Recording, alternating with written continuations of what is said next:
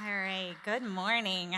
Um, so, Kayla and I were, this morning, we actually admitted to Facebook stalking each other once we found out we were going to be speakers. And um, I just love how God, He already knows our stories, right? And He connects them in ways that we never could have. And so I just want to start by saying, that her story and my story have some themes, but they're coming in very different ways. And so I just want you to maybe even pay attention to how they're connected. So I'm just going to leave it at that. Um, a confession. I love Old Testament prophets. And I don't know, it's one of those things like, actually, Noelle just said, I'm a smiley girl who always, exudes joy. But I actually really love to hear like the harsh words that the prophets are saying to the people. And I'm always like, when my small group's trying to decide what book of the Bible we're gonna study next, I'm like, like Amos. And they're like, no. But that's okay, because the reason I love Old Testament prophets is because they speak hard truth, and they do not let anyone live in a false reality. So much of our lives are spent thinking that we deserve this, or we've worked hard about this, and we should experience this part of God, where the Old Testament prophets are saying, no, actually, what you deserve is death. Because of your daily choices, because of your sinful nature, you deserve death. And God is sending me as a prophet, right? Habakkuk and Haggai and Amos, they're all coming and saying, God is sending me to warn you. If you listen to my hard words, He has life for you. So, we are going to actually dive into an Old Testament prophet today. So, please pull out your Bibles. Because really, you're not going to believe this passage unless you read it for yourself. So I don't want you to think I'm making up. So we're going to be in Hosea for a little bit. And background on Hosea, Israel keeps throwing away the gift they've been given by God, right? They are God's chosen people. And if you know anything about Hosea, he is actually a prophet who God told to go marry a prostitute so that he could actually show God's people a picture of God's love. And that's a little startling because, especially in our culture, we have a lot of stigma around prostitutes, and that's not new, right? That is something that even God's people knew this. And so Hosea went and married a prostitute, and it was God's plan that she would actually leave him over and over again and go back to prostitution. So Israel keeps throwing away the gift they've been giving, going after things that won't satisfy. And God has Hosea marry a prostitute to demonstrate this pattern to God's people in a real way. So this is kind of what's happening in the beginning of Hosea. So we're going to open up to chapter 6. So Hosea is talking to the people. He's telling them God's words. Hosea 6, verse 1. Hosea is telling the people, come, let us return to the Lord. For he has torn us that he may heal us. He has struck us down, and he will bind us up. After 2 days, he will revive us. On the third, he will raise us up, that we may live before him. Let us press on to know the Lord. His going out is sure as the dawn. He will come to us as the showers, as the spring rains that water the earth. Do you hear the promise in this passage? He says he's going to tear us in order that he may heal us. So we're going to spend some time unpacking that. He actually allows pain in our lives in order to facilitate our healing. We see this pattern in the Old Testament. God tears Israel, allows them to suffer under bad kings, under the Babylonian exile, under tragedy after tragedy because of their choices. He allows them to suffer so that they will look the way he really wants them to. A true picture of his gracious gift. I want to stop right here and just say, his faithfulness is not dependent on our faithfulness. He is faithful despite our unfaithfulness. Tearing doesn't feel good, right? Never. It never feels good. No one wakes up today and says, I want to be ripped apart by God. Okay? So how has God torn me? I'm just going to let you into my story a little bit. I have had a really hard struggle with anxiety that began the month my family and I became foster caregivers, foster parents. I have never struggled with anxiety until 6 years ago. I wake up one day and I have a giant swollen face, and I go to my doctor and he's like, I don't know. Okay, the day later that day, or maybe the next day, we get our call finally that says, hey, you're finally licensed. And the swelling goes away, and I'm fine. I never had to take the steroids. That was the beginning of God letting me experience physical ailment after physical ailment that was connected to anxiety and stress. And I have spent years, it's been 6 years, almost 7 years since we were originally licensed as foster parents. 7 years of searching for the thing to fix my anxiety, right? Because I'm thinking, God, I cannot do what you've called me to do if I'm dealing with this thing, right? Anxiety, I don't know if you struggle with it, you know that it's a thing that it's so unpredictable. You don't know day to day what you're going to wake up to. And I felt it was totally diminishing my ability to serve him. My husband and I, we have 2 biological daughters who were 4 and 2 when we started fostering, and we took babies into our home. And my husband's a pilot, so I am a fiercely independent woman because I have to be, because I am solo parenting for, about half of every week. So I kept arguing with God. I cannot do what you've called me to do with this thing you've given me, right? And I fought it. I pleaded for him to take it away. I tried to find all the things. I tried counseling. I tried exercise. I tried, researching and learning, all these things. Nothing was working. I remember one day, I had been at church that day, and I had it with what I was struggling with. I was just annoyed. I was just at the end of my rope, just saying God, you've got to take this away. So I went, that afternoon, I went to the park by myself. I love to just go sit by a body of water and just take my little Crazy Creek chair that sits on the ground. And so I'm sitting there, and I am having this really wrestling time with the Lord. And at one point, I'm laying face down on the grass and just mad at him, but trying to pray, And I suddenly hear, ma'am, are you okay?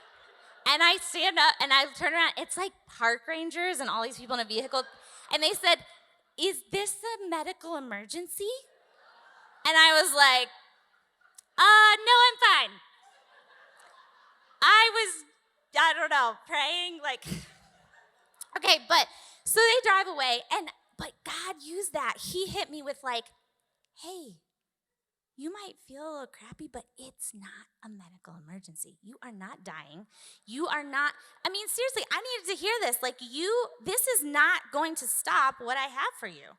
Yeah, it doesn't feel great, but this was the beginning of him teaching me that my anxiety was actually a gift from him. It's an alarm. of when he needs to get my attention, he lets my anxiety spike.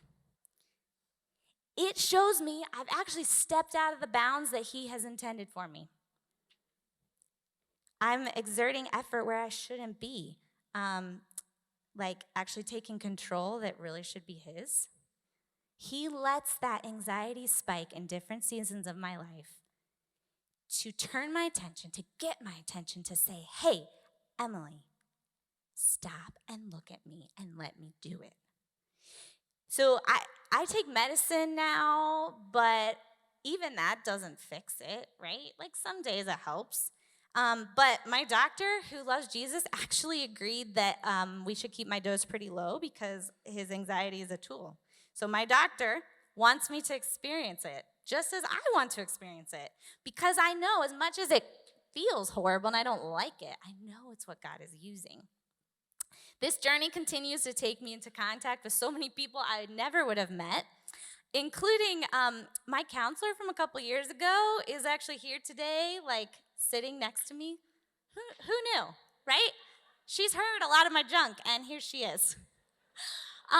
So it continues to open my eyes to make me sensitive to people around me. I actually have 2 kiddos that are really struggling with some similar things that 7 years ago, I would have been like, what's your problem?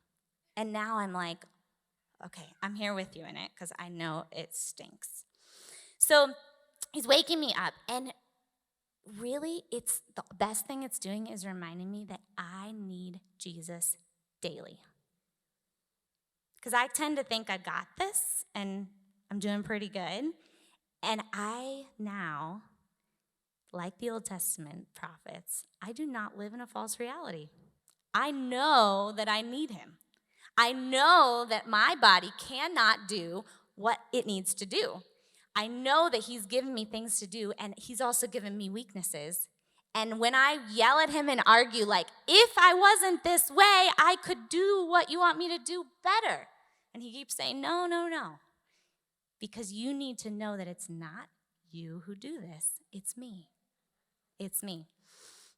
So I want to tell you another way that he has torn me. And for this, we're going to actually open up to Exodus 13, chapter 13, verse 17. A little context here. The Israelites have been taken out of Egypt after all the plagues, and they are following Moses, and they have not crossed the Red Sea yet, but they are following him, starting the journey. And chapter 13, verse 17, when Pharaoh let the people go, God did not lead them by way of the land of the Philistines, although that was near. For God said, lest the people change their minds when they see war, and they return to Egypt. But God led the people around by the way of the wilderness toward the Red Sea. Who wants to wander around in the wilderness for years?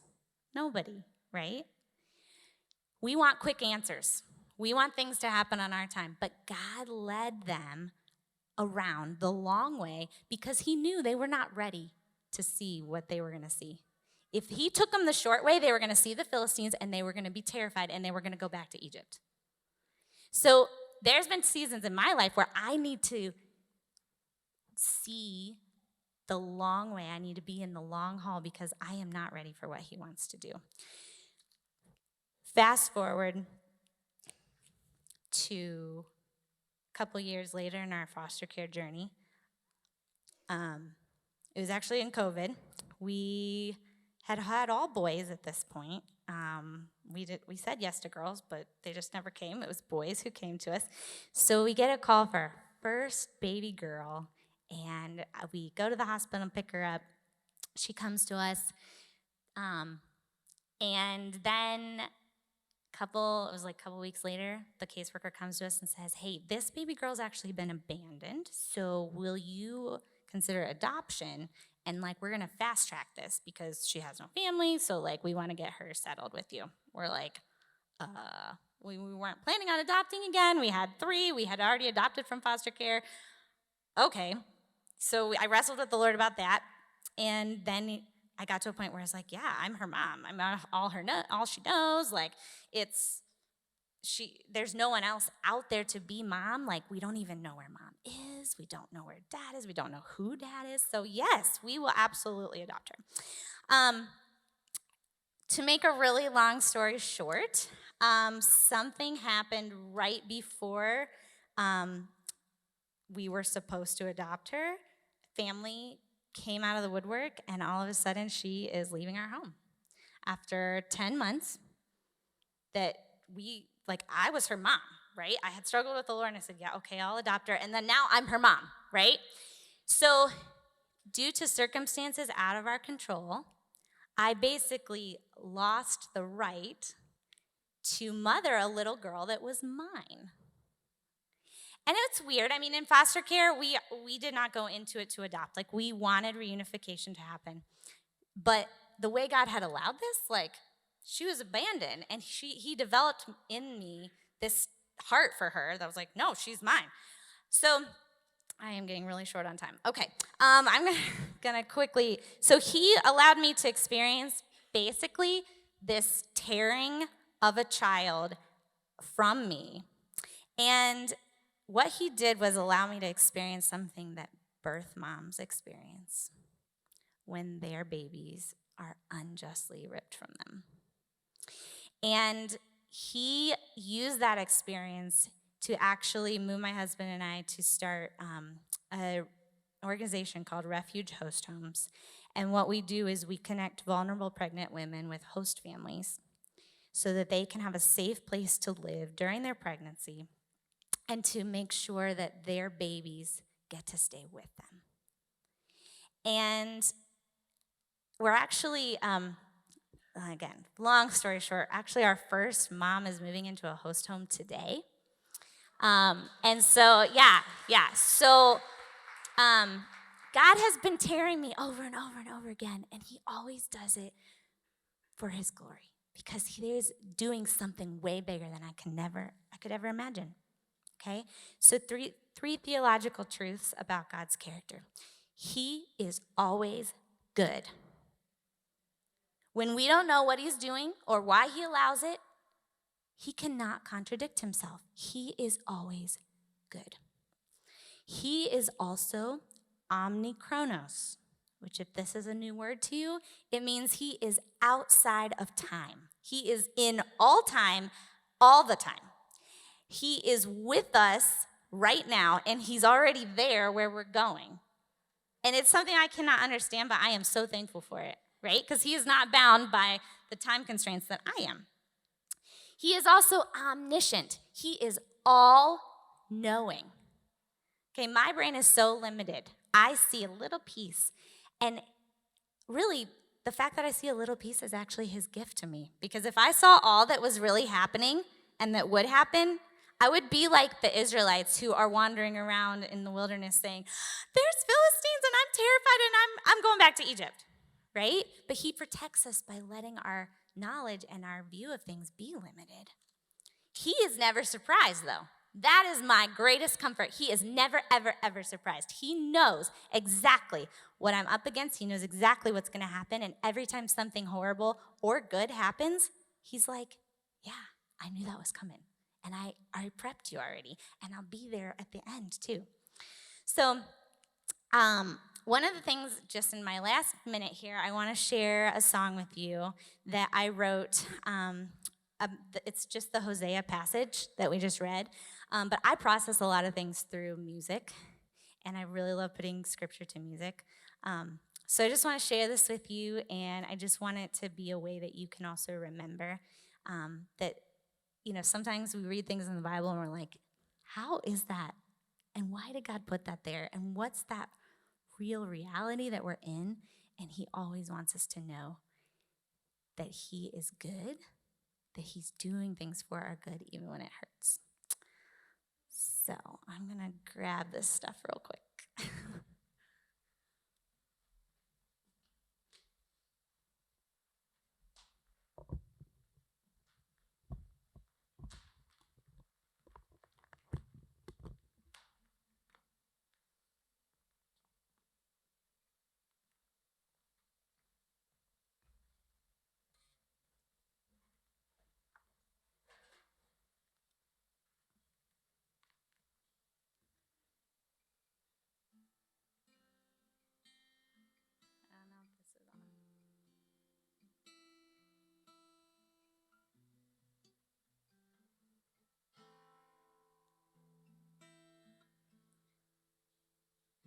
I need to do something to plug the guitar in? Can you hear it? Oh, okay, I can't hear the bear, sorry. Okay. All right.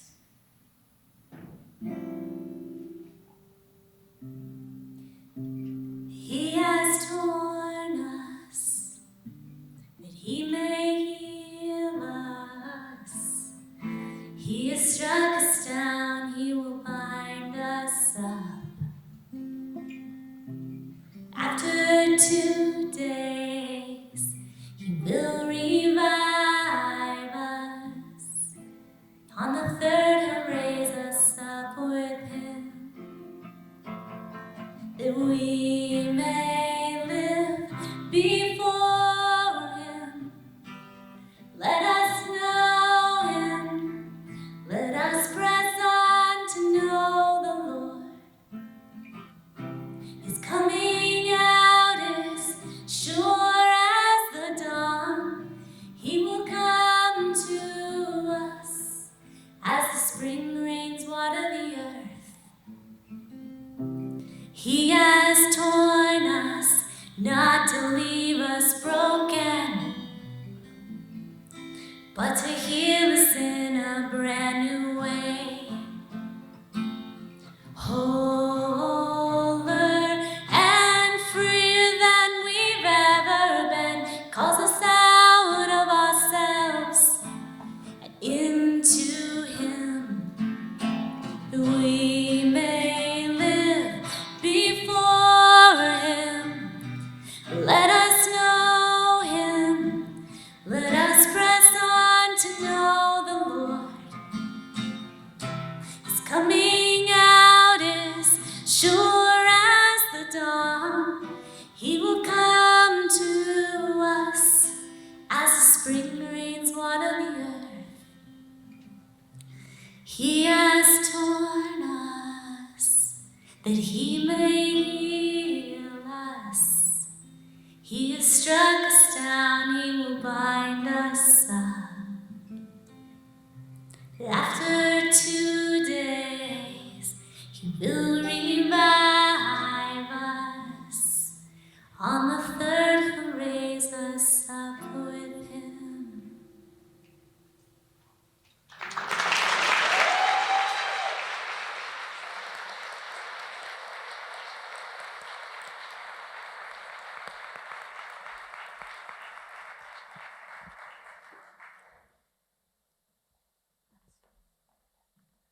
Thank you, Emilie. Things I did not know. I've known Emilie for a long time. I didn't know she could sing, and I didn't know she liked the dark and twisty parts of the Bible. So there you go. You and I learned together. Thank you. Thanks for sharing, Emilie.